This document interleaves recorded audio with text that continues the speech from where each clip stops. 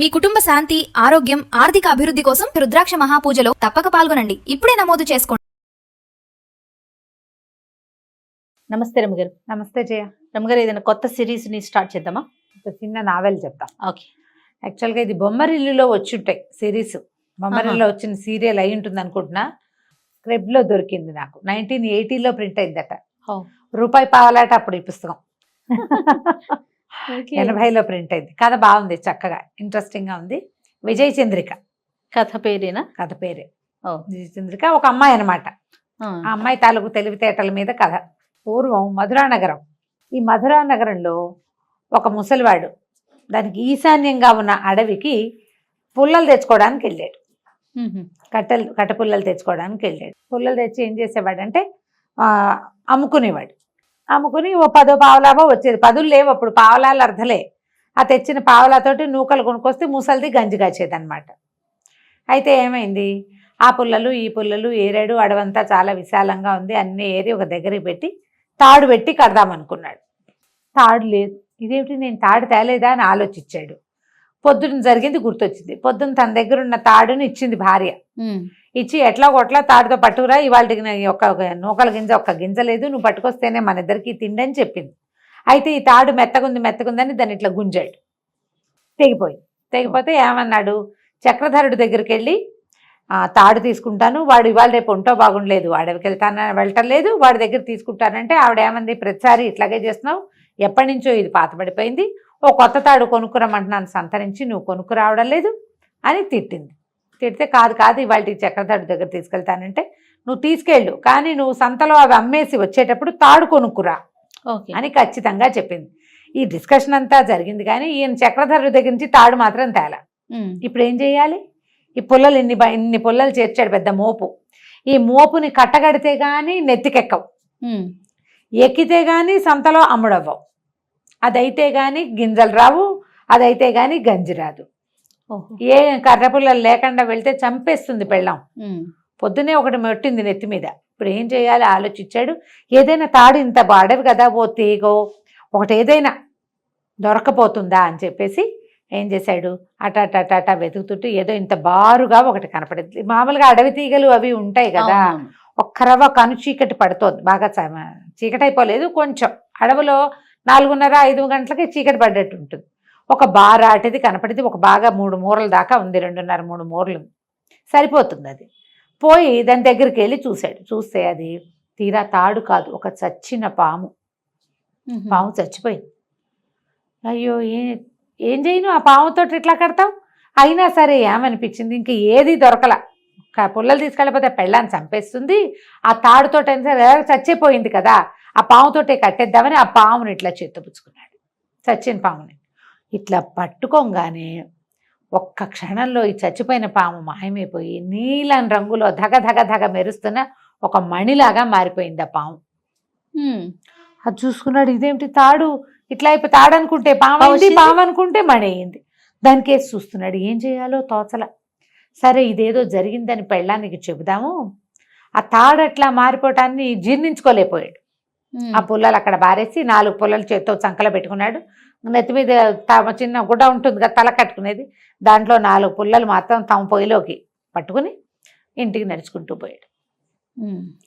పెళ్ళానికి చూపించాడు. ఆవిడ 4 తిట్లు తిట్టింది, కానీ చివరికి ఆ మణిని చూసి ఆశ్చర్యపోయింది. నాగమణి అనమాట ఇది. నాగు అది ఎట్లా ఉందంటే నల్లటిది, ఇంత పొడుగాటిది, నల్లటి నాగు ఇట్లా మణిగా మారిపోయిందంటే నాగమణి అయ్యి ఉంటుంది అని. సరే దీన్ని ఏం చేద్దామని ఆలోచించుకున్నారు. ఆలోచిస్తే ఇతను అన్నాడు, వ్యాపారి దగ్గరికి వెళ్ళి అమ్ముతాము, సెట్టిగారి దగ్గరికి వెళ్ళి అమ్మేద్దామన్నాడు. నీ బొంద, సెట్టిగారి దగ్గరికి వెళ్తే 4 నాణేలు ఇస్తారు, నీకేమొస్తుంది, అట్లా కాదు రాజుకు అప్పచెప్పాలి దీన్ని, ఆయన కొంచెం ఎక్కువ ఇస్తాడని. సరే రాజుగారి దగ్గరికి వెళ్దాం అనుకున్నాడు. ఆ మణిని చేత్తో పుచ్చుకున్నాడు. ఒక చిన్న గుడ్డలో మూట కట్టుకుని రాజుగారింటికి ప్రయాణం అయ్యాడు. మర్నాడు పొద్దున రాజుగారింటికి వెళ్ళాడు. రాజుగారు ఆ మణిని చూసి చాలా సంతోషించి ఇతను మోయగలిగినంత బంగారాన్ని ఇవ్వమని చెప్పాడు. ఆ మణి ఇట్లా పట్టుకునేసరికి ఆయనకు ఒక గగురుపాటు వచ్చింది. లోపల నీలం రంగుది ఇంతుంది. చాలా సంతోషం వచ్చింది. సంతోషంతో ఎంత మోయగలిగితే అంత బంగారం ఇవ్వమన్నారు. ఓ పెద్ద మూట నిండా, రోజు కట్టెల మోపులు మోసే అలవాటు ఉంది కదా, మోయగలిగేంత మూట కట్టుకుని సంతోషంగా ముసలివాడు వెళ్ళిపోయాడు. ఈ మధురానగరపు రాజుగారికి చాలా కాలంగా సంతానం లేదు. ఓహో. ఎన్నేళ్ళో అయింది వాళ్ళ పెళ్ళి. అయితే ఒకరోజు పొద్దున్నే ఆయన నిద్ర లేచి వచ్చి బాల్కనీలో నుంచుంటే కింద వాకిళ్ళు ఊడుస్తుంది ఒక దాసీది. ఊడుస్తూ అట్లా పైకి చూసి గబుక్కుని ఇట్లా మొహానికి చెయ్యి అడ్డం పెట్టుకుంది. ఏంటంటే ఏమనుకుంది, పిల్ల పాప లేదు, గొడ్డుమూతవాడు, ఈయన చూస్తే ఇవాళ రోజంతా పాడవుతుందని. రాజైనా సరే అట్లాగే ఉంటుంది మరి. రాజుకి కలుక్కుమంది, నేను వేసే రొట్టె ముక్కలతో బతికే దాసీదానికి కూడా నేను లోకువైపోయాను. చీచీ, నేను ఇక్కడ ఉండకూడదు, ఏ అడవులకో పోవాలనుకున్నాడు. తన బతుకు మీద తనకే విరక్తి వచ్చింది ఆయనకి. ఎన్ని వైద్యాలు చేసినా సంతానం కలగల ఆయనకి. ఎన్ని యజ్ఞాలు చేశాడో, ఎన్ని రకాల మందులు మింగించారో రాణిగారితో, ఏం కలగల, ఏమీ అవల.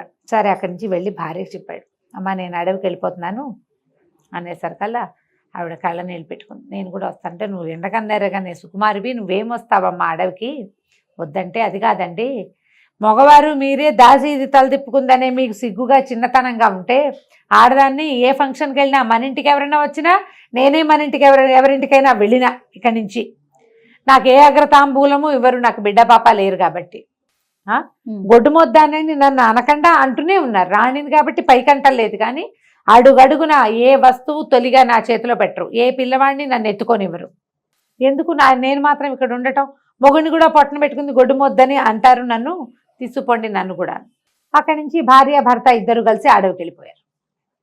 వెళ్ళిపోయాక ఆ అడవిలో ఒక మహాముని ఒక ఆయన ఉన్నాడు. ఆ మునికి ఇంతకుముందు ఈ రాజుగారితోటి చంద్రప్రభో ఏదో ఆయన పేరు పరిచయం ఉంది. ఆయన ఆశ్చర్యపోయాడు, ఇంత చిన్న వయసులో మీరు ఇలాగ రావటం ఏమిటి, దీన్ని ఏమంటారు, వానప్రస్థాశ్రమం. అడవికి వచ్చేసేది ఎప్పుడు వస్తారు, ఇల్లు వాకిలి వదిలిపెట్టేసి వృద్ధులైపోయాక పిల్లలకి రాజ్యం అంతా అప్పచెప్పిన తర్వాత వానప్రస్థాశ్రమంలో తపస్సు చేసుకోవడానికి వస్తారు. ఈ వైరాగ్యం ఏమిటయ్యా, ఇంకా చిన్నవాళ్ళు మీరు అనేసరికి ఆయన చాలా దుఃఖపడ్డాడు.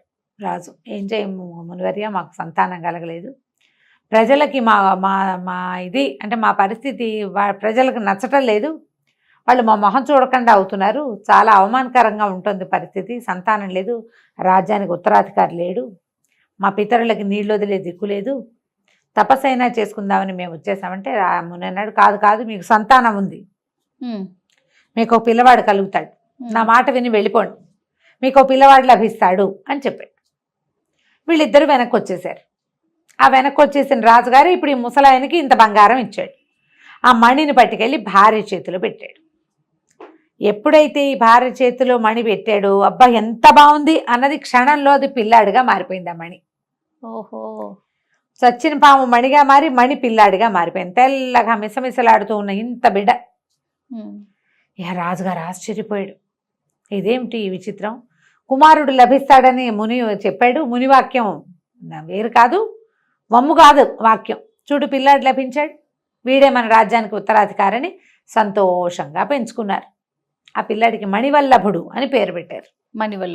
మణివల్ల దొరికాడు కాబట్టి ఎంత బాగానో చూసుకునేవాళ్ళు. పిల్లాడు చక్కగా పెరిగాడు. కానీ వీళ్ళకి ఈ అడవిలో పాము మణింది, మణి పిల్లవాడయ్యాడు కాబట్టి వీడిని బయటికి పంపిస్తే ఏదైనా అవుతుందన్న భయం.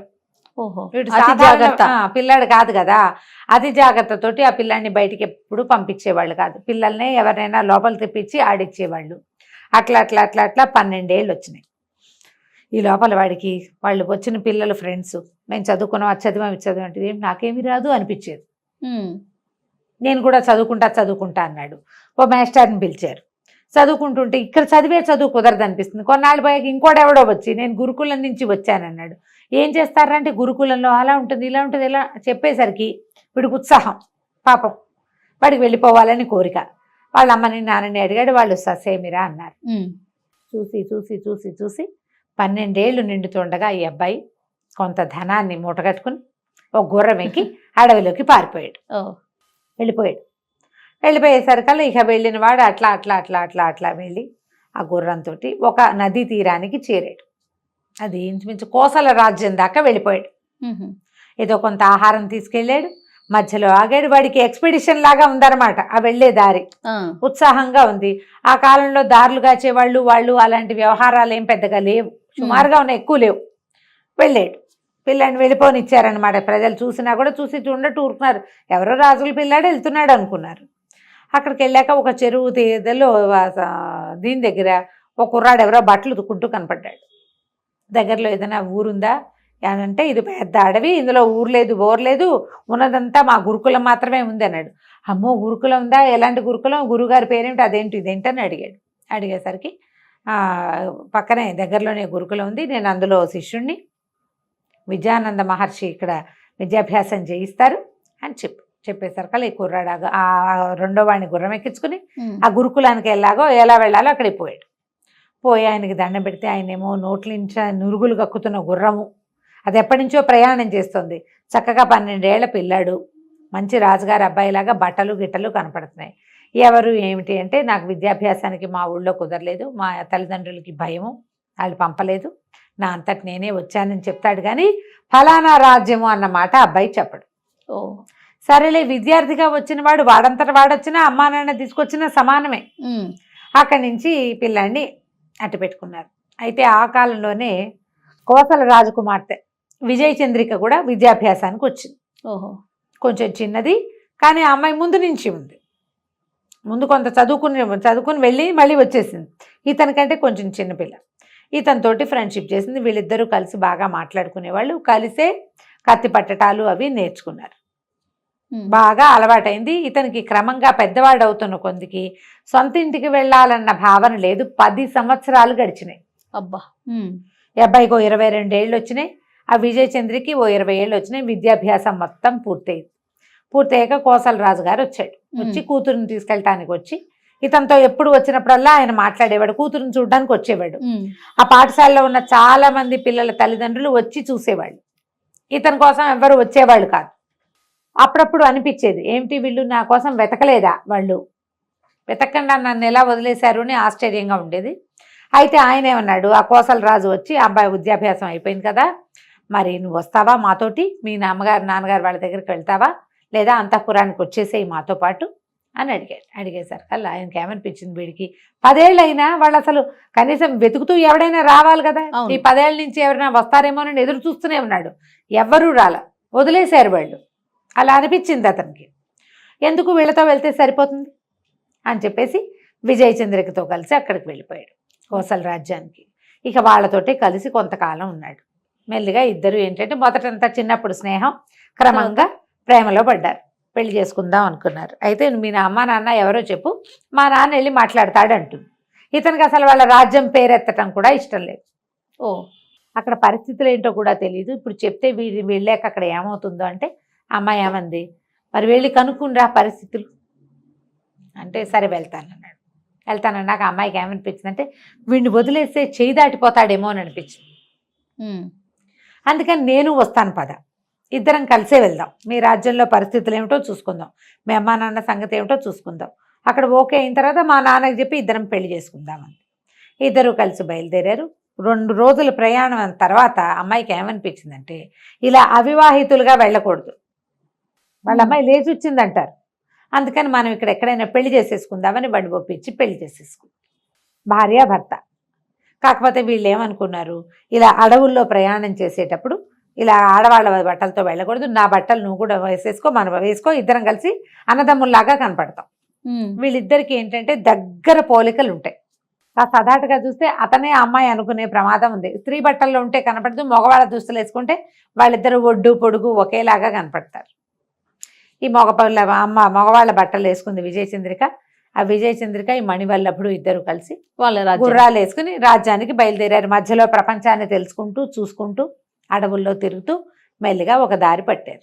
రాజకుమారుడు రాజకుమార్తె ఎవరెవరు, మణివల్లభుడు విజయచంద్రిక. విజయచంద్ర చూసావా, ఇద్దరు కలిసి బయలుదేరారు, పెళ్లి చేసేసుకున్నారు. భార్యాభర్తలుగా వెళ్ళాలనుకున్నారు. సరే, ఇక ప్రయాణం చేయగా దూరంగా ఏదో ఒక గుడిసె లాంటిది కనపడుతోంది, ఒక పాక, కొంచెం పెద్దదే. తీరా చూస్తే అక్కడికి వెళ్తే ఒక ముసలం ఉంది. అక్కడ ముసలం ఉంటే, మా కాసిన మంచినీళ్ళు ఇస్తావా అంటే, నాయన ఇంత నిర్జనంగా ఉన్న అడవిలోకి ఎందుకు వచ్చారు, ఎలా వచ్చారు, ఏమిటి అది అని అడిగారు. అడిగితే సరే ఏదో చెప్పుకున్నారు, మేము ఇలా వచ్చాం అలా వచ్చాం అని చెప్పారు. చెప్తే సరే మంచినీళ్ళు కావాలంటే ఏ ముసలమ్మంది, బాబు ఒకే ఒక్క కొండ ఉంది మంచినీళ్ళు, ఇందాక పిల్లి పైనుంచి దూకి కొండను పడదోసింది, నేను పోయి మంచినీళ్ళు తెస్తాను ఆయన, పక్కనే ఏరుందని కొండ పుచ్చుకుని వెళ్ళింది బయటికి. వెళ్ళింది, ఇతను ఆ బయటకు వచ్చి ఆవిడ ఏరు వైపు ఎటువైపు వెళ్ళిందో చూసి మళ్ళా లోపలికి తిరిగేసరికి ఈ విజయచంద్రిక చాలా అలసటగా ఉందని అక్కడ నులక మంచం మీద పడుకుంది. ఆ మంచం పక్కన ఒక అమ్మాయి కనిపించింది ఇతనికి. ఇతనికి ఆ ఇంట్లో ఎవరు లేరు, ఆవిడ ఆ. చెప్పడం, నేను ఒక్కదాన్నే ఉన్నాను ఆయన అని చెప్పింది. మా ఆయన వేటకెళ్ళాడు, నేను ఒక్కదానే, నువ్వు ఒక్కతే ఉంటే ఈ అమ్మాయి ఎక్కడి నుంచి వచ్చింది? ఇతను ఏం చేశాడు, పెళ్ళాన్ని ఏదో చేసేస్తుంది అనుకుని కత్తి దూశాడు. దూసేసరికి వాళ్ళ అమ్మాయి కంగారు పడి, బాబు కత్తి దూయొద్దండి, ఈ ముసలిది మంచిది కాదు, ఈవిడికి 7 కొడుకులు ఉన్నారు, గజ దొంగలు వాళ్ళు కాస్త వచ్చారంటే మిమ్మల్ని ఇద్దరిని చంపేస్తారు, మీ దగ్గర ఉన్నది నగ నట్ర అన్నీ దోచుకుంటారు, మిమ్మల్ని ఇక్కడ ఉంచడానికే ఆవిడ ఈ నీళ్లు కుదరవు, అక్కడి నుంచి నీళ్లు పట్టుకొస్తుంది, వచ్చేటప్పుడు ఒక చెట్టాకులు వేసి అందులో పడేసి తీసుకొస్తుంది, మీ సంగతి తేల్చేస్తుంది అని చెప్పింది. చెప్పేశారు కల్లా ఏం చేశాడు, అమ్మాయిని గబగబా లేపేశాడు. సరే థ్యాంక్స్ చెప్పాడు. అమ్మాయి లోపల గదిలోకి వెళ్ళిపోయింది. నువ్వు ఎక్కడి నుంచి వచ్చావమ్మా అన్నాడు. నన్ను కూడా ఇలాగే ఎత్తుకొచ్చారండి, పెద్ద కొడుకు బలవంతంగా పెళ్లి చేసింది, చచ్చినట్టు ఉంటున్నాను, వీళ్ళు దుర్మార్గులు, వాళ్ళేమో ఒట్టి మహా కఠార వాళ్ళు మంచివాళ్ళు కాదు, మగవాళ్ళు అనేసరికల్లా పెళ్ళాన్ని తీసుకుని బయలుదేరాడు. ముసలమ్మాయి లబలబలాడిపోయింది, ఉండండి ఉండండి ఉండండి అని ఎంత బతిమలాడినా ఆగల. ఇంకా మీ కోడలు చెప్పింది అలాంటివి చెప్పాలా, మళ్ళీ ఆ అమ్మాయికి కూడా ప్రమాదమే కదా. కాదు మేము వెళ్ళిపోవాల్సింది, మాకు మంచినీళ్ళు వద్దు, మేము బయటే తాగుతాం, వెళ్ళిపోవాలి అర్జెంటుగానని బయటకు వచ్చేస్తే ఆవిడ వెంబడబడింది కానీ దొరకల. ఇతను ఓ పక్కకి ఏం చేశాడు, అటువైపు దక్షిణం వైపుకు వెళ్ళండి అని చెప్పింది కానీ ఇతను దక్షిణం వైపుకు వెళ్ళకుండా ఇంకో దిక్కుకి దారి తీశాడు. ఆవిడ చెప్పిన దిక్కు వైపుకి ఇప్పుడు అట్నుంచే వాళ్ళు వస్తున్నారేమో, ఒకవేళ ఈ ముసలిది కూడా ఎందుకు వెళ్ళింది, ఇక్కడ ఏదో డబ్బు వచ్చే అవకాశం ఉందని వాళ్ళకి వార్తలు పంపడానికి వెళ్ళుండొచ్చు మేబీ, అందుకని రెండో దారి పెట్టాడు. భార్య తను ఇద్దరు కలిసి నడవటం మొదలుపెట్టారు. ఏమైందంటే వాళ్ళ గుర్రాలు అవి జారిపోయినాయి వాళ్ళ దగ్గర నుంచి, కానీ డబ్బులు ఇవున్నాయి వాళ్ళ దగ్గర, ధనం ఉంది, నడిచి వెళ్తున్నారనమాట. ఈ ఇంతలో ఏమైంది, ఈ ముసలమ్మ మొగుడు పిల్లలు వచ్చేసారు ఇంటికి. వచ్చేసరికల్లా బంగారు చిలకలు లాంటి వాళ్ళు ఇద్దరు ఎగిరిపోయారు. కాస్త ముందు వస్తే ఏం పోయేది, ఇంత లేటుగా వచ్చారు అని గోల పెట్టి పంపించి వీళ్ళు వెనకాల పడ్డారు. వీళ్ళిద్దరూ ఎన్ని విధాలు పరిగెత్తారు, ఎంత పరిగెడతారు. అమ్మాయి కొంచెం ఏంటంటే దానికి యుద్ధ విద్యలు వచ్చినా ఆడపిల్లలకి కొంచెం సుకుమారం ఉంటుంది ఎంతో కొంత, యుద్ధ విద్యలు వచ్చిన అమ్మాయే. అక్కడి నుంచి ఏమన్నాడు, చెట్టెక్కిచ్చాడు, నువ్వు ఇక్కడే ఉండు, వాళ్ళందరి సంగతి నేను చూస్తానంటే నేను మాత్రం చూడనా అని కత్తి తీసింది. ఇద్దరు కలిసి చెడామడా వాడు నలుగురిని అబ్బాయి నరికాడు, ముగ్గురిని అమ్మాయి నరికేసింది. ముసలాడు కాళ్ళు పట్టుకున్నాడు. ఆ ముసలమ్మ భర్త, బాబు వదిలేసే, పిల్లల కోసమే కదా ఇంత కష్టపడతాం మేము, పిల్లల్ని కాస్త చంపేశావు, ముసలిది ఒక్కతే అయిపోతుంది, కోడలు కూడా ఉంది, మమ్మల్ని వదిలే అంటే వదిలేసేసి ఈ మగవాళ్ళ దుస్తులు ధరించి బయలుదేరారు. వెళ్ళగా అవంతి నగరానికి చేరారు వీళ్ళు. ఓ నగరానికి చేరాక ఏమైంది, సరే ఏమన్నాడు, మనం ఓ పని చేద్దాం, కొద్ది రోజులు ఇక్కడ ఉందాం, కొంచెం ఆహారం వండుకొని తినడానికి సామాన్లు పట్టుకొస్తానని ఆ అమ్మాయిని ఒక చోట పెట్టి వీడు పట్టణంలోకి వెళ్ళాడు. వెళ్తే బజార్లో అందరూ ఏదో కొంచెం వేషధారణ కొత్త ఊరు వాళ్ళు తెలుస్తూ ఉంటారు కదా, అన్ని కొట్లల్లోనూ సరుకులు రేట్లు అన్నీ కొనుక్కుని మొత్తం ఒక బండి తీసుకుని మొత్తం వేసుకెళ్తానని చెప్పాడు. ముందుకెళ్ళేసరికల్లా ఒక చోట ఒక అందమైన అమ్మాయి ఉంది ఒక కొట్లో. తర్వాత అమ్మాయి దగ్గర ఏంటంటే రకరకాల పదార్థాలు తాగడానికి షర్బత్తులు అవి ఉన్నాయి. సరే అందమైన అమ్మాయి, కొంచెం మనసు, వీడి భార్య అందమైందే కానీ ఆ వయసు పిల్లలకి ఏముంది, కాస్త అందంగా కనపడితే చూస్తారు కదా. చూసేసరికల్లా ఆవిడేమంది, సరే నేను నీకు తాగడానికి ఏమైనా ఇస్తే, తాంబూలాలు కడుతుంది అన్నమాట, కిళ్ళీలు కట్టే కొట్టది. ఓహో, కిళ్ళీలు నాకు కూడా ఒక తాంబూలం ఇస్తావా అని అడిగేసరికల్లా, ఓ ఎందుకు ఇవ్వను, తాంబూలానికి ముందు మంచినీళ్ళు తాగాలి, నీళ్లు తాగిన తర్వాత తాంబూలం వేసుకుంటే మహా బాగుంటుందని కూజాల నుంచి నీళ్లు ఇచ్చింది. ఓ గుక్క వేస్తుంటేనే ఇతనికి ఏదో అయిపోతున్నట్టు అనిపించింది. 3 గుక్కలు వేసి అన్ని మంచినీళ్ళు ఒక గ్లాసెడ్ నీళ్లు తాగేసరికల్లా శరీరం అంతా కుంచించిపోయి మేకలాగా మారిపోయాడు. ఆ కొట్టు బయట 2-3 మేకలు కట్టేసినాయి, వీని కూడా అక్కడ కట్టేసింది. అదొక మంత్రగత్తె అనమాట. ఓహో, ఎంతసేపు అయినా ఈ భర్త తిరిగి రాలే. విజయచంద్రికి ఆశ్చర్యంగా, ఎందుకు రాడు ఇంతసేపు అయితే, ఏమిటో చూద్దామని. ఈ అమ్మాయి కూడా మగబట్టల్లోనే ఉంది కదా, మళ్ళీ దీంట్లోకి వచ్చింది, మార్కెట్లోకి వచ్చేసరికల్లా అతను మొదట చూసి వెళ్ళిన కొట్ల వాళ్ళంతా, బాబు చాలాసేపు అయింది, ఇంకా మార్కెట్లోనే ఉన్నారా, సామాన్లు సరుకులు పట్టించుకెళ్ళటం లేదు ఏంటండి అని అడుగుతున్నారు. సేమ్ ఒకలాగా ఉన్నారు కదా. ఈ అమ్మాయి ఓహో వీళ్ళందరి కొట్లకి వీడు వచ్చాడు అనమాట. ఇంకా ముందుకెళ్దామని చూసి ముందుకెళ్ళి ఈ తాంబూలపు కొట్టు దగ్గరికి వెళ్ళేసరికల్లా ఈ తాంబూలం కొట్టు దగ్గర అమ్మాయి ఏమిటి సరిగ్గా ఆ సమయానికి ఆ కొట్టులో తాంబూలాలు కట్టే అమ్మాయి ఎటో వెళ్ళింది కాస్త పక్కకి. ఆ కొట్టు బయట కట్టేసిన మేక తెగరిచింది దీన్ని చూసి, ఈ అమ్మాయిని ఈ విజయచంద్రికని విజయచంద్రికని చూసి. చూసి. మేక ఎందుకు అరుస్తుందో అర్థం కాలం. ఆ, సరే ఇక్కడ ఎవరు లేరు, దాన్ని ఎదురుగుండా ఒక సామాన్ల కొట్టుంది, ఆ సరుకుల కొట్టులోకి వెళ్ళి పలకరించాడు. పని అయిపోయిందా బాబు, సామాన్లు పట్టుకెళ్ళటానికి వచ్చారా అన్నాడు. ఏదో తలకాయ ఊపి అన్ని కొట్లు చూసారా అన్నాడు. కొట్లన్నీ చూశాను. ఎదురుగుండా కొట్లోకి మాత్రం వెళ్ళకండి బాబు, అది మాంత్రికురాలు దొంగమొహం, వచ్చిన వాళ్ళని జంతువులుగా మార్చేస్తుంది, అది అస్సలు మంచిది కాదండి, ఆ కొట్లోకి మాత్రం వెళ్ళకండి, మీలాంటి అందగాళ్ళని చూస్తే దానికి ముందే నోరాగదు అన్నాడు. అనేసరికల్లా ఓహో ఒకవేళ ఏమైనా మా ఆయన కానీ వస్తే జంతువుగా మార్చేస్తాను వీడు చెప్తున్నాడు, ఆ నన్ను చూసి అరిచిన మేక నా మొగుడేనేమోనని డౌట్ వచ్చింది. ఓహో, మళ్ళీ వీళ్ళు అక్కడ నుంచునేసరికల్లా విపరీతంగా మేమని అరుస్తూనే ఉంది మేక. ఆ, ఎట్లా వీడిని మనిషిగా చేయాలో తెలియలా, ఆ, ఏం చెయ్యాలో అర్థం కాలేదు. సరే ఈ లోపల ఆవిడొచ్చి నవ్వుతూ అందగాడా తాంబూలం కావాలా అని అడుగుతోంది. పూర్ణైతే నేను కూడా దొరుకుతానేమో మళ్ళీ దీనికి, ఇప్పుడు ఈవిడ అందగాడు అందగత్తే కాదు. సరే ఏం చేసింది, నాకు తాంబూలం వద్దు, తాంబూలం అక్కర్లేదు నాకని నడవటం మొదలుపెట్టింది జీవితలకి. ఇంతలో ఏమైందంటే బాగా ముందుకు వచ్చాక ఆకలి వేసిస్తోంది.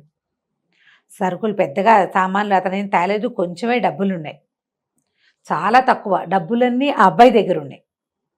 ఈ అమ్మాయి ఊరికి ఇట్లా దోపుకున్న చిన్న నాణేలు ఉన్నాయి. ఒక పూట కోళ్ళ అబ్బాయి ఇంటి దగ్గరికి చేరింది. చేరేసరికల్లా ఆవిడ బోల్డన్ని పిండి వంటలు పెట్టుకొని చేస్తోంది.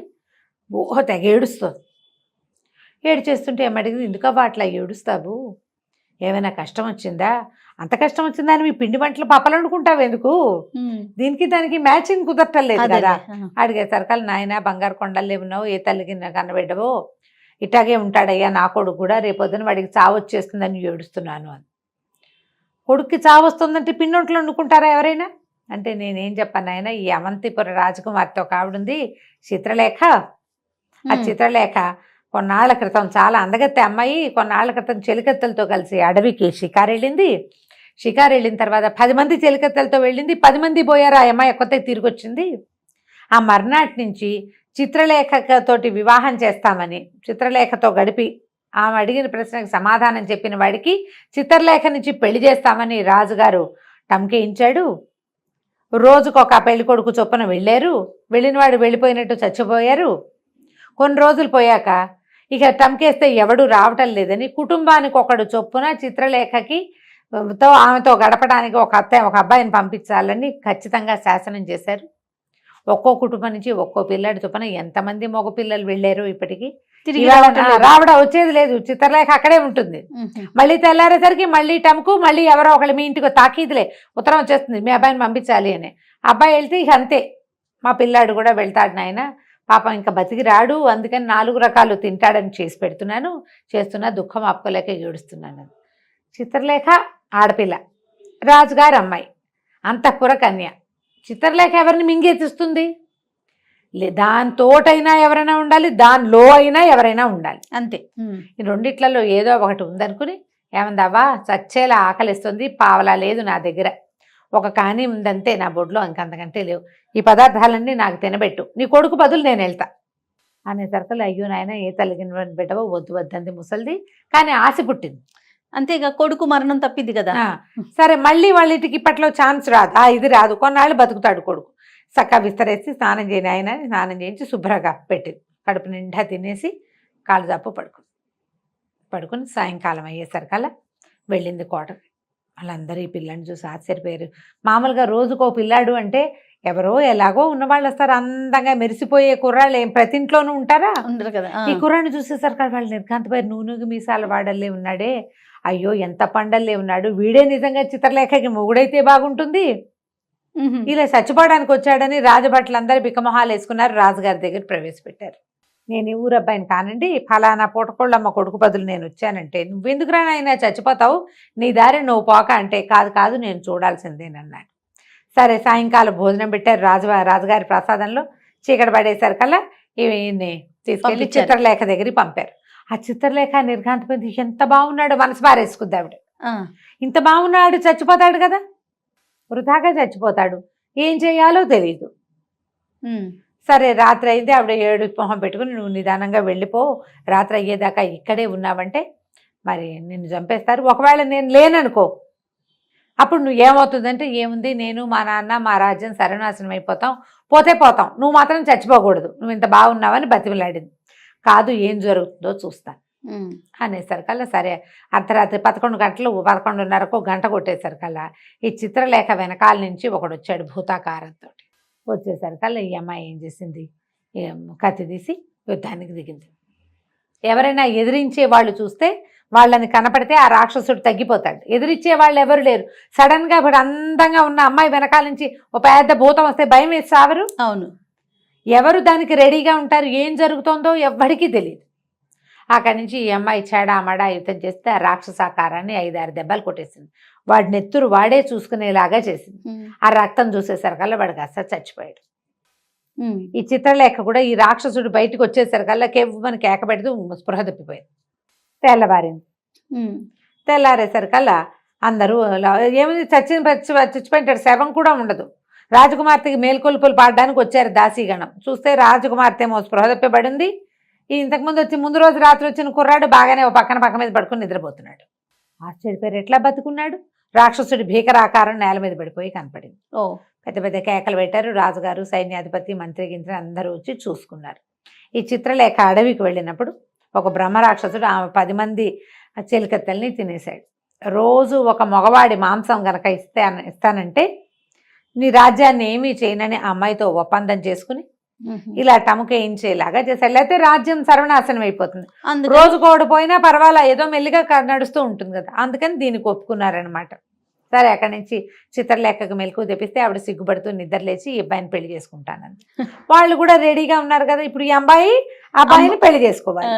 పెళ్లి చేసుకోవాలి. సరే, ఏమనుకుంది, పెళ్లి చేసుకున్నాక ఏం చేయాలి అని ఆలోచించి, నేను ఇప్పుడు వివాహం అది చేసుకోనండి, వివాహం చేసుకోలేను అంటే, కాదు నువ్వు వివాహం చేసుకోవాల్సింది, వివాహం అయ్యాక నువ్వే రాజు అవుతావు అంటే, సరే నాకు ఒక షరతు ఉంది, ఒకరోజు రాజుని చేయండి, నన్ను రాజుగా ఉండటం నాకు సంతోషాన్ని ఇస్తే అప్పుడు వివాహం చేసుకుంటానని అనేసరికల్లా వెంటనే ఇవాళ ఈ అబ్బాయిని రాజుని చేస్తున్నాము అని ప్రకటించారు. సింహాసనం మీద కూర్చోబెట్టారు. కూర్చోబెట్టంగానే ప్రజలందరినీ రప్పించింది. ప్రజలందరినీ రండి, ఒక టంకేయించారు. ఏదైనా విచిత్రమైన వ్యవహారం చేయగలిగే వాళ్ళు, విచిత్రమైన వాళ్ళు రండి అందరూ. ఎలా పెట్టిందంటే, ఎవరి దగ్గర అందమైన కుక్కలు, మేకలు, పెంపుడు జంతువులుగా ఉన్నారో వాళ్ళందరినీ పిలిపించింది. అందమైన మేకలున్న వాళ్ళకి 2000 వరహాలు బహుమానం. తెలివిగా రాజుగారు అన్నాడు, అదేంటమ్మా అట్లా పెట్టావు అంటే, అట్లా కాదండి, ప్రజలకి వాళ్ళు జంతువుల్ని బాగా చూసుకోవాలని తెలుసుకుంటారు, అందుకని పెట్టానండి. ఈ 20 మేకలున్న మంత్రగత్తె కూడా తీసుకొచ్చింది. అందరివి మేకలు, కుక్కలు అన్నీ చూశారు. బాగానే ఉంది. కొంతమంది కుక్కల్ని, కొంతమంది కుందేళ్ళని, రామచిలకల్ని పెంచుకునే వాళ్ళు. అందరిలోకి ఎక్కువ మేకల్ని పెంచుకోగలిగే సత్తా ఉన్నది ఈవిడ. అక్కడి నుంచి సరే, ఇంకొక బహుమానం ప్రకటిస్తాను, ఎవరైనా సరే జంతువుని మనిషిగా మార్చగలిగే మంత్రశాస్త్రం తెలిసిన వాళ్ళు ఉన్నారా మన సభలో? ఉంటే చెయ్యొద్దండి. మీ దగ్గర ఉన్న జంతువుని మనిషిగా మీరు మార్చగలరా? ఎలా మారుస్తాం? ఏమిటో ఇది దిక్కుమాలవన్నీ అడుగుతున్నాడు రాజకుమారుడు అని ఎవరి దారిని వాళ్ళు సర్దుకున్నారు. ఈ మేకలావిడకి ఆశ పుట్టింది. ఎంత ఇస్తారు జంతువుకి అని అడిగింది. ఒక్కో జంతువుకి 2000 వరహాలు ఇస్తామన్నారు. ఏం చేయగలవు? నాకు ఇప్పుడే డబ్బులు ఇచ్చేస్తానంటే నేను మార్చగలను, నాకు ఆ మంత్రశక్తి ఉందని. సరే ఇచ్చేస్తాం, మార్చేయమన్నారు. ఈ వెంటనే ఈ మేక, ఈ మంత్రగత్తె ఏం చేసింది, తన సంచిలోంచి ఓ చిన్న ఇంత సీసాడు నీళ్లు తీసి దాన్ని మంత్రించి మేకల మీద చల్లింది. ఒక్కో మేక ఒక్కో అబ్బాయికి చొప్పున మారిపోయి 20 మంది మేకలు 20 మంది అబ్బాయిలు అయిపోయారు. అందులో తనకు భర్తని గుర్తుపట్టింది అమ్మాయి. మణివల్లభుడు ఉన్నాడు అందులో, మేక అయిపోయాడు. కానీ మగవేషంలో ఉంది విజయచంద్రిక. విజయచంద్రిక మగవేషంలో ఉంది. తన మొగుడిని తను గుర్తుపట్టగలదు కదా, రాజుగా ఉంది ఇక్కడ. గుర్తుపట్టేసింది. గుర్తుపట్టేశాక మా బహుమానం అంది మంత్రగత్తె, దగ్గరికి రాగానే మెడ ఎగరగొట్టేసింది కత్తితోటి. హాహాకారాలు చేశారు సభలో. వాళ్ళ స్త్రీని చంపేసిందని. ఇప్పుడు ఆ అమ్మాయి ఎదురుగుండా పక్క కొట్ల వాళ్ళకి తెలుసు ఈ అమ్మాయి మంత్రగత్తె అని. లోకానికి ఏం తెలుస్తుంది, అది అందగత్తెగా కనపడుతోంది. మేకలు పెంచుకునే బంగారు తల్లి అంతే కదా కనపడుతుంది. అప్పుడు ఈ అమ్మాయి ఏం చెప్పిందంటే, ఇది మా మంత్రగత్తె, ఈ పొరుగు రాష్ట్రాల నుంచి మీ దగ్గరికి ఇక్కడ పనుల కోసమో వ్యాపారం కోసమో లేదా తిరగడానికో వచ్చిన వాళ్ళలో అందగాళ్ళని సెలెక్ట్ చేసి వాళ్ళ మీద నీళ్లు చల్లి వాళ్ళని మేకల్ని చేస్తుంది. ఇందులో ఉన్నవాడు ఇగో ఇతను నా భర్త, నేను స్త్రీని, మేమిద్దరం భార్యాభర్తలం అని చెప్పి. ప్రజలంతా హాహాకారాలు చేశారు. రాజుగారు అమ్మాయి హతాశులైపోయారు. ఈ అబ్బాయికి ఇచ్చి పెళ్లి చేద్దాం అనుకున్నారు అదే కదా, కదా. అదేమో అమ్మాయి అని తేలింది. అక్కడి నుంచి ఈ చిత్రలేఖ వలవల ఏడవటం మొదలుపెట్టింది. అయ్యో, నేను నిన్ను మొదటి చూపులోనే ప్రేమించాను, నువ్వు ఇట్లా మా ఆడవాదాని అయిపోతే నేనేం చెయ్యాలి, నేను ఎవరిని పెళ్లి చేసుకోవాలి, నేనేం కావాలి అని ఏడ్చేశారు కల్లా ఈవిడ ఏమందంటే, అట్లా కాదు, నువ్వు సరిగ్గా నా భర్తను చూడు, నేను ఆయన వేరేగా ఉన్నామంటే అప్పుడు చూశారు. సరిగ్గా చూస్తే ఆ సింహాసనం మీద కూర్చున్నవాడు, ఈ మేకల మంద మధ్యలో నుంచున్నవాడు ఒకేలా ఉన్నారు. ఓ నేను ఆయన రెండో భార్యగా నిన్ను స్వీకరిస్తాడు, మన ఇద్దరం కలిసి ఉందామని చెప్పింది. నువ్వు ఓహో. నాతో ఉండటమే కదా నీకు కావాల్సిందని ఈ రెండో అమ్మాయిని చిత్రలేఖనిచ్చి మణివల్లభుడికి పెళ్లి చేయించింది. బాగుంది. రాజు రాజుగారు ఇద్దరు కూతుళ్ళు అల్లుడితోటి హాయిగా ఉన్నారు. కొంతకాలం అక్కడే ఉన్నారు. ఉన్నప్పుడు ఈ అమ్మాయి ఈ చిత్రలేఖ పదే భర్తను అడిగేది, మీదే ఊరు, నువ్వు ఏ దేశానికి రాజకుమారుడివి, నువ్వు రాజకుమారుడు కాకపోతే రాజకుమార్తె నిన్నెందుకు పెళ్లి చేసుకుంటుంది అంటే చెప్పేవాడు కాదు అతను.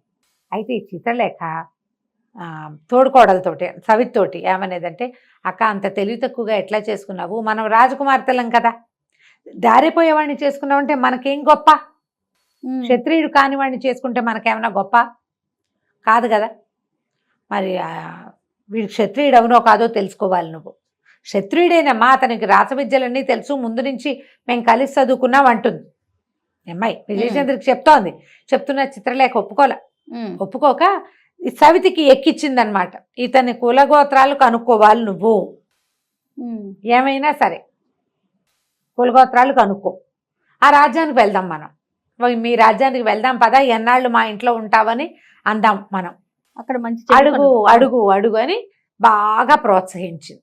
తను అడిగేది నవ్వుతూ. ఈ అమ్మాయి ఏంటంటే మొదటి భార్య, అతను మొదట ప్రేమించి పెళ్లి చేసుకున్నాడు కదా, ఇప్పుడు ఈ పెళ్లి అంటే అనుకోకుండా జరిగిన పెళ్లి, విజయచంద్రికతో జరిగింది ప్రేమించి పెళ్లి కదా, అందుకని ఎంతసేపు ఇట్లా ప్రోవోక్ చేస్తే సరే ఏమైంది, ఒకరోజు భార్యాభర్త షికారు వెళ్ళారు. ఎవరు మొదటి భార్యతోటి, చిత్రలేఖతోటి కాదు, విజయచంద్రికను మణివల్లభుడు షికారు వెళ్తే అమ్మాయి ఏమందంటే, నేను ఒక రాజకుమార్తెని, ఇంకో రాజకుమార్తెని నీకు పెళ్లి చేయించాను, మా పరువు మర్యాద ఉండాలి కదా మాకు కూడా, ఎవరో దారిపోయేవాడిని ఇద్దరు రాజకుమార్తెలు పెళ్లి చేసుకున్నారంటే మాకేం మతింపు, మా నాన్నలకేం గొప్ప, మా వంశాలకు ఎంత ఇది కదా, నీవు మీ కులం గోత్రం చెప్పకుండా చేస్తున్నావు, మీది ఏ రాజ్యమో చెప్పు అనేసరికల్లా ఇతనికి సడన్గా తలకాయ పట్టేసుకున్నాడు. తల పట్టుకుని అబ్బా అన్నాడు, పెద్ద తలనొప్పి వచ్చినట్టు అయిపోయింది. తలనొప్పి తగ్గాక అతను చెప్పాడు, నేను గనక నీకు చెప్పానా ఇది ఒక రహస్యం, మీకు దూరం అయిపోతాను, మళ్ళీ ఇక నేను మీతో ఉండను అంటే, ఇంకా స్త్రీ సహజమైన ఒక రహస్యం తెలుసుకోవాలనే ఒక ఆసక్తి మొదలైతే ఆడవాళ్ళు ఒట్లు పెట్టేస్తారు, ప్రమాణాలు పెట్టేస్తారు, ఆగలేకపోతారు. ఆ స్త్రీ సహజమైన గుణంతో ఆ చిత్రలేఖ ఏం చేసింది, తను తెలుసుకోలేక అక్కకి ఎక్కించింది. ప్రేమ లేదు వీడికి, మరి ఇది లేదు, వాడి కులం మంచిది అయి ఉండదు అందుకే చెప్పట్లేదు, ఇలాగా ఉన్నాయి, ఎప్పుడైనా ఉంది, కులగోత్రాల గోళ ఎప్పుడూ ఉంటుంది. అమ్మాయి క్షత్రియ క్షత్రియుడినే పెళ్లి చేసుకోవాలి, వాళ్ళు కులం తప్పేశామేమో అన్న అనుమానం లోపల, ఎవరైనా ప్రజల్లో చెప్పుకుంటారేమో అన్న సిగ్గు.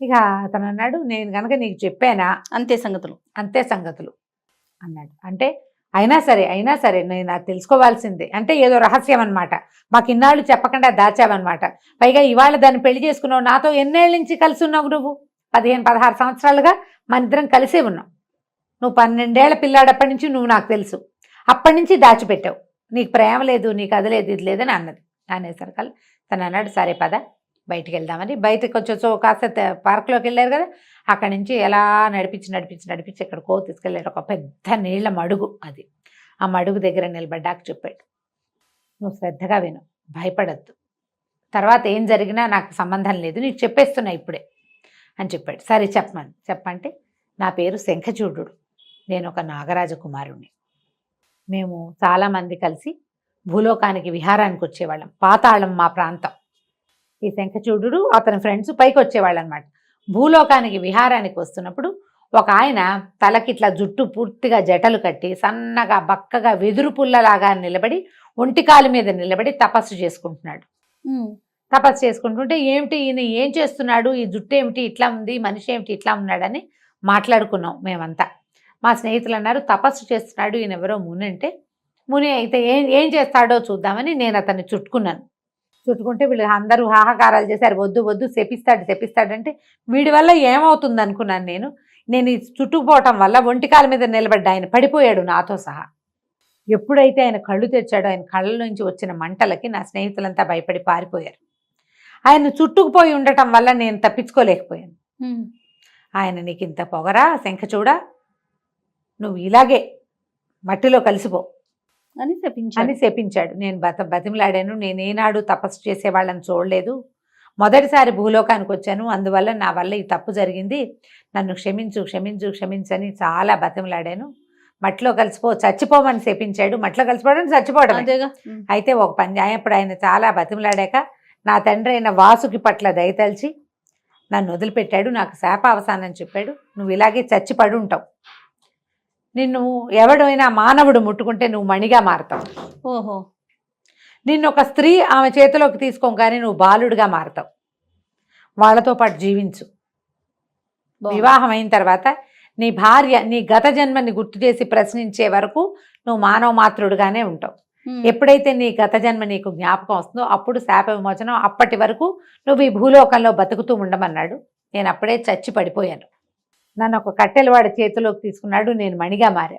తీసుకెళ్లి అక్కడి నుంచి మధురానగర రాజుగారి అంతఃపురంలో ఆ రాణిగారు నన్ను పట్టుకుంది, నేను బాలుడిగా మారాను. వాళ్లే నాకు మణిగా భూషణుడిగా పేరు పెట్టారు. మొత్తం చెప్పాడు. నేను అక్కడి నుంచి 12 సంవత్సరాల వయసు వచ్చాక వాళ్ళని విడిచిపెట్టి వచ్చాను. మధురానగరపురంలో రాజకుమారుడిగా పెరిగాను నేను.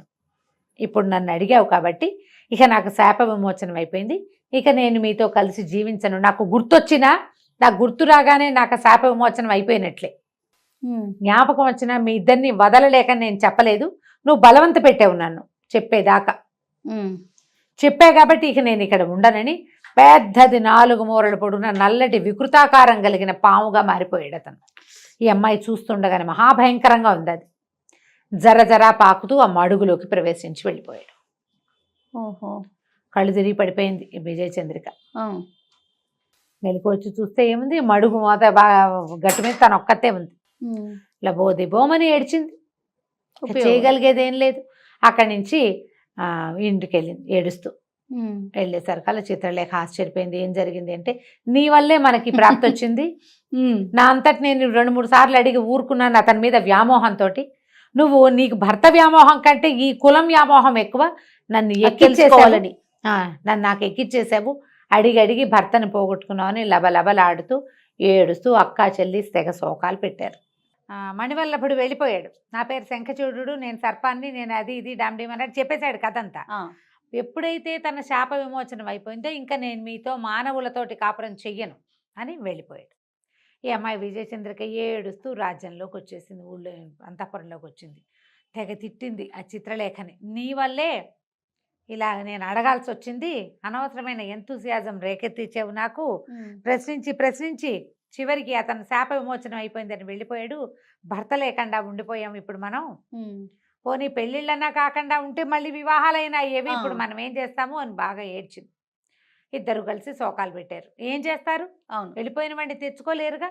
అక్కడి నుంచి నేను మా ఇంటికి వెళ్ళిపోతానంటే చిత్రలేఖ బతిమలాడిన అక్క నన్ను క్షమించు, నా వల్లే ఇంత పని జరిగింది, చూద్దాం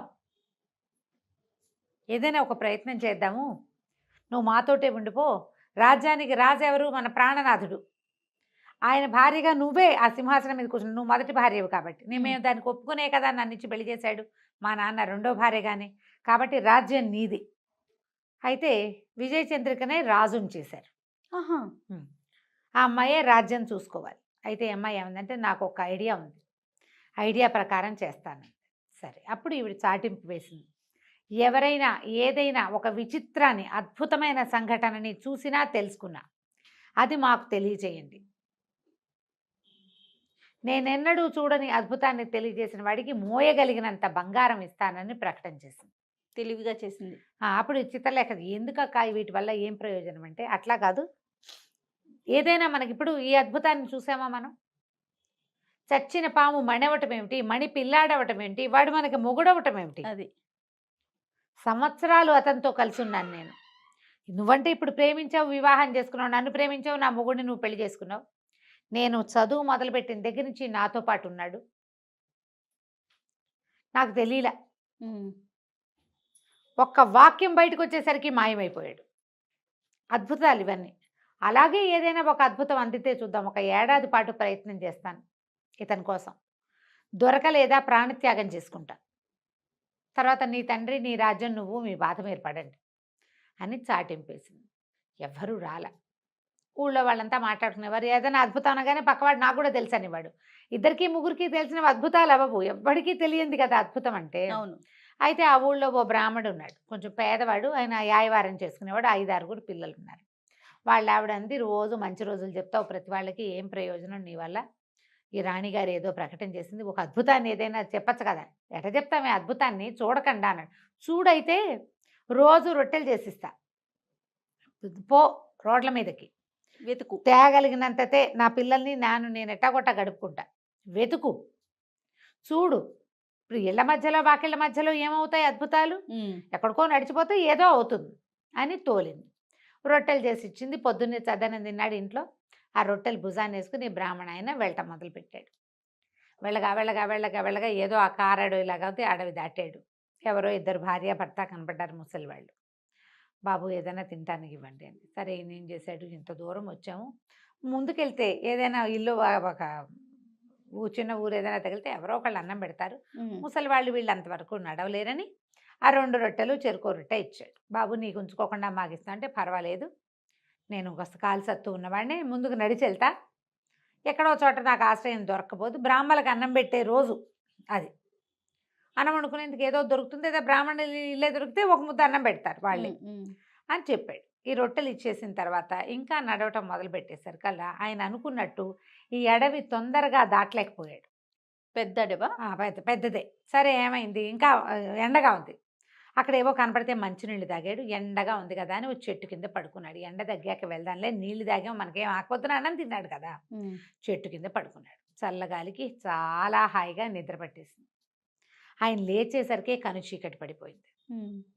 అయ్యో అనవసరంగా నిద్రపోయాను, నడుద్దామని నడక మొదలుపెట్టాడు. కానీ ఎంత నడిచినా అడవి తరగల.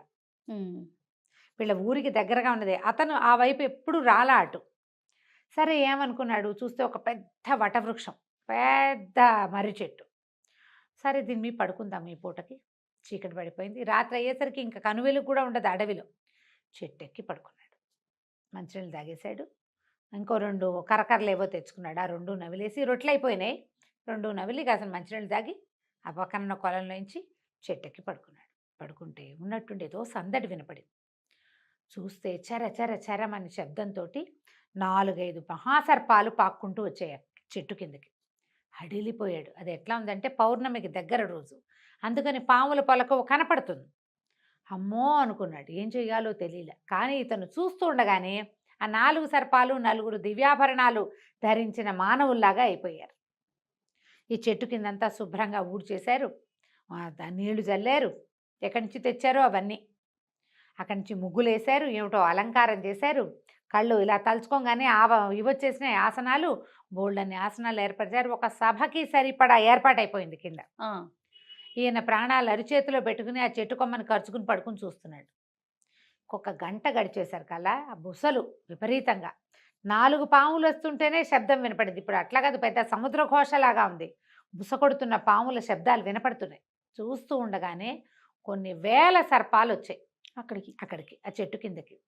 ఆ సర్పాల్లో అతిపెద్దది, ఇంత పెద్ద పడగ, చాలా పడగలు కలిసి ఉన్నట్టుగా ఉండి మణులతో ఉన్న ఒక సర్పం చకచక నాయక స్థానంలో ఉన్న సింహాసనం దగ్గరికి వచ్చింది. ఒకేసారిగా పెద్ద దివ్యాకృతిని దాల్చి మనిషిలాగా అయిపోయింది. అందరూ కూర్చొని, అంటే ఈయన నాయకుడు, వీళ్ళంతా నాగులు, అందరూ మనిషి రూపాల్లోకి వచ్చారు. తలా ఒక ఆసనంలో కూర్చున్నారు. ఏమిటో డిస్కషన్లు చేసుకున్నారు. ఏమిటి సంగతులు, సందర్భాలు అవన్నీ మాట్లాడుకున్నారు. ఎవరెవరు ఎక్కడికి వెళ్ళారు, ఏ లోకంలో ఉన్నారు, వాళ్ళు ఎందుకు రాలేదు, వీళ్ళు ఏం చేస్తున్నారు, ఇలాంటివి కనుక్కున్నారు. 3:30 అవగానే తెల్లవారుజామున వేగుచుక్క పొడిచే సమయానికి మొత్తం సర్పాలన్నీ వెళ్ళిపోయినాయి, కుర్చీలన్నీ మాయమైపోయినాయి, ఆకులు అలవలు మామూలుగా చెట్టు కింద ఎలా ఉండాలో అలా అయిపోయింది. ఈయన ప్రాణాలు అరచేతిలో పెట్టుకుని ఆ వేగుచుక్క బాగా పొడిచేదాకా ఉండి అక్కడి నుంచి నడక మొదలుపెట్టి రాజస్థానానికి వచ్చేసాడు. వచ్చి విజయచంద్రకి చెప్పాడు రాణికి మొత్తం ఇలా ఇలా నేను చూశాను అని. సరే ఈవిడ నన్ను తీసుకెళ్ళమంది. అమ్మ మీరు చూడలేరమ్మా, పామును చూస్తే హడలిపోయాను మగవాడిని నేనేను, మీరు చూడలేరంటే అయినా సరే తన భర్త సర్పంగా మారిపోవటం చూసింది ఆ అమ్మాయి. అంతకంటే భయంకరమైనది ఉందా ఇంకోటి? కాదు నేను వస్తానని కొంచెం సింపుల్గా వేషధారణ చేసి ఆ బ్రాహ్మడితో పాటు మర్నాడు మళ్ళీ అక్కడికి వెళ్ళి అక్కడ దాకా ఏముంది గుర్రం వేసుకుని వెళ్ళిపోవచ్చు. ఆయనంటే నడిచాడు, వీళ్ళు రథాలతో వెళ్ళిపోతారు కదా. రాత్రి ఇద్దరు విజయచంద్ర కూడా చెట్టు ఎక్కింది, చెట్టు మీద కూర్చొని మొత్తం కింద జరుగుతున్న సీన్ అంతా చూసి మళ్ళీ సేమ్ డిట్టో ముందు రోజు రాత్రి ఏం జరిగిందో మర్నాడు కూడా అదే జరిగింది. మూడో రోజు ఏం చేసింది, వెళ్ళిపోయారు తెల్లవారంగానే ఇద్దరు. రథం అవతల ఎక్కడో పెట్టుకున్నారు, రథం ఎక్కి ఇంటికి వెళ్ళిపోయారు. అక్కడికి బ్రాహ్మడికి నువ్వు ఎంత మొయ్యగలిగితే అంత తీసుకెళ్ళమని బంగారపు రాసుల దగ్గర కూర్చోబెట్టారు. ఆయన బంగారం 3-4 సంచుల నిండా నింపుకుని భుజాన్ని వేసుకుని తీసుకుపోయాడు. ఆయన దరిద్రం తీరిపోయింది. ఈ అమ్మాయి ఏం చేసిందంటే చిత్రలేఖను రెడీ చేసింది, పద మన ఇద్దరం వెళ్దామని. అక్కడి నుంచి కొంతమంది పని వాళ్ళని బోళ్ళని సామగ్రిని మోయించుకుని ఆ అడవిలో ఉన్న చెట్టు దగ్గరికి తీసుకెళ్ళి ఏ వటవృక్షం మీద అయితే తను కూర్చుని కింద సీన్ చూసిందో ఆ చెట్టు కిందంతా శుభ్రం చేయించింది పని వాళ్ళతోటి. ఆసనాలు వేయించింది, చక్కగా ముగ్గులు వేయించింది, రకరకాల అగరవత్తులు వెలిగింపించింది, పువ్వులతో అలంకారం చేయించింది. మీరంతా వెళ్ళిపోండి అని మొత్తం జనానంతా పంపించేసింది. చీకటి పడేసరికల్లా వీళ్ళిద్దరూ అక్కా చెల్లి చెట్టు ఎక్కి కూర్చున్నారు, సవతలిద్దరు. అర్ధరాత్రి అయ్యింది, 11-11:30 అయ్యేసరికల్లా పాములు వచ్చేసినాయి.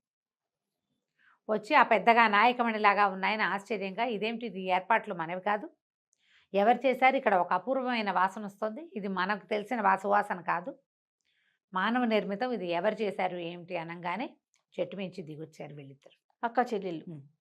పావులు లేవు, ఇప్పుడు అందరూ మానవ రూపాల్లో ఉన్నారు. నన్ను నమస్కారం చేశారు. ఆయన ఆశ్చర్యంగా అడిగాడమ్మా ఇవన్నీ మీరే చేశారా తల్లి అని అడిగాడు. నేనే చేయించాను అని అమ్మాయి కథ అంతా చెప్పింది. ఒక రాజకుమారుడు ఎక్కడి నుంచో పారిపోయి వచ్చాడు, మేమిద్దరం స్నేహంగా ఉన్నాం, పెళ్లి చేసుకున్నాం, వివాహం అయ్యాక పుట్టిళ్ళు చూపిస్తానని తీసుకొచ్చాడు, మధ్యదారిలో ఈ అమ్మాయిని వివాహం చేసుకున్నాడు, మేము కలిసే ఉన్నాం. మరి జీవిత రహస్యం అతను మీ ఇల్లు ఎవరు ఏమిటి అని నేను బాగా నిలదీసేసరికల్లా తాను ఒక సర్పాన్నని చెప్పాడు, సర్పంగా మారిపోయి వెళ్ళిపోయాడు.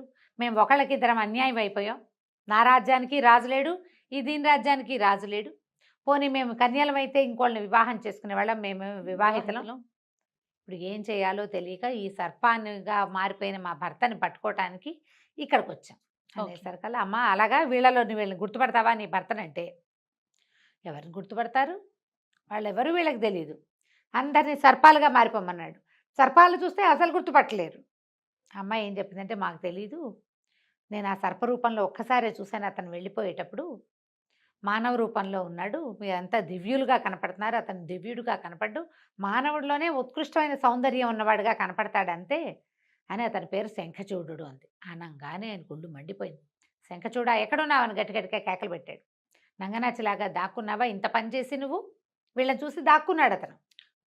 భార్యలను చూసి బయటకు వచ్చాడు. బయటకు వచ్చేసరికి ఆయన ఇది క్షమించరా అని నేరం, ఇలాంటి తప్పు ఎందుకు చేశావంటే ఆ గడగడ వణుకుతూ శంఖచూడు ఏం చెప్పాడంటే, నేనేం చెయ్యను, నా భార్య నన్ను పట్టి బలవంత పెట్టి నా జన్మరహస్యం అడగంగానే నాకు శాప విమోచనం అని చెప్పాడు ముని. విమోచనం అయిపోయాక నేను ఎందుకు వీళ్ళతో ఉండాలి, నా రహస్యం అడగద్దుని బతిమలాడిన స్త్రీ చాపల్యంతో ఈ అమ్మాయి నా మాట వినలేదు. అడగద్దు, నీకేం లోటు వచ్చింది, భర్త ఉన్నాడు, హాయిగా ఉండొచ్చు కదా, ఎందుకు నా జీవిత రహస్యం నీకంటే వినిపించుకోలేదు, అడిగి తెలుసుకుంటే కానీ ఒప్పక నా శాప విమోచనం చేసేసింది, అందుకే నేను వెళ్ళిపోయాను. నేను నాగుండని తెలిసాక వీళ్ళతో నేను ఎట్లా కాపురం చేస్తాను అని అడిగాడు. అడిగేసరికల్లా ఆయన అన్నాడు నాగరాజు, అప్పుడు ఆ మాట కరెక్టే, కానీ స్త్రీలకి సహజంగా ఉంటుంది రహస్యం తెలుసుకోవాలనే ఒక ఆలోచన, పైగా నీ భార్యలు రావడంతో భర్తలకి రహస్యం ఉంది అంటే భార్యలు అసలు ఊరుకోలేకపోతారు, మోసంగా భావిస్తారు దాన్ని, అతని రహస్యాన్ని కలిగి ఉండటాన్ని వీళ్ళు ఒప్పుకోరు. నా రహస్యం, నా జీవితం ఇతని చేతిలో ఉంది కదా, ఇతని రహస్యం నాకెందుకు తెలియకూడదు అనిపిస్తుంది. ఇది మానవ సహజం. సరే ముని శాప విమోచనం అయినా కూడా నీకు అనుజ్ఞిస్తున్నా, నీ భార్యల మరణం వరకు నువ్వు వాళ్ళతోటే కలిసి జీవించు, సంతానాన్ని పొందు, వాళ్ళ రాజ్యాలకి ఉత్తరాధికారులు కూడా వస్తారు అని చెప్పి భార్యలతో ఉండిపోమని చెప్పాడు. ఓకే. తెల్లవారుతుండగా సర్పాలన్నీ యథాస్వరూపంలో వెళ్ళిపోయినాయి. అక్కడ రాజకుమారుడు ఈ అమ్మాయిలిద్దరూ మిగిలారు. మణివల్లభుడు భార్యలు ఇద్దరు మిగిలారు. వీళ్ళు క్షమాపణ చెప్పుకున్నాడు. నేను ఇంకా చేయలేని స్థితిలో వెళ్ళిపోయాను, మిమ్మల్ని వదిలిపెట్టి వెళ్ళటం నాకు ఇష్టం లేదు కానీ ఉమ్. అని చెప్పి సారీ చెప్పుకున్నాడు. ముగ్గురు కలిసి తమ ఎక్కడో ఆపిన రథాన్ని ఎక్కి ఇంటికి వచ్చేసారు. కొద్ది రోజులు ఇక్కడ ఉండి ఆ తర్వాత మధురా నగరానికి వెళ్ళిపోయారు. ఆ మధురా నగరపు రాజకుమారుడు కదా ఇతను. అవును అవును. వాళ్ళ అమ్మ నాన్నకి కనిపించడానికి వెళ్ళాడు. ఈ 3 రాజ్యాల్ని ఏకకాలంలో పరిపాలిస్తూ ఎన్నో సంవత్సరాలు భార్యలిద్దరితో విజయచంద్రికతోటి చిత్రలేఖతోటి సంతానాన్ని పొంది సుఖంగా ఉన్నాడు. కథ కంచికి మనం ఇంటికి. చాలా బాగుంది రమ్మగారు. చిన్న సిరీస్ అయినా కూడా చాలా బాగుంది. ఇంట్రెస్టింగ్ గా ఉంది. అవును.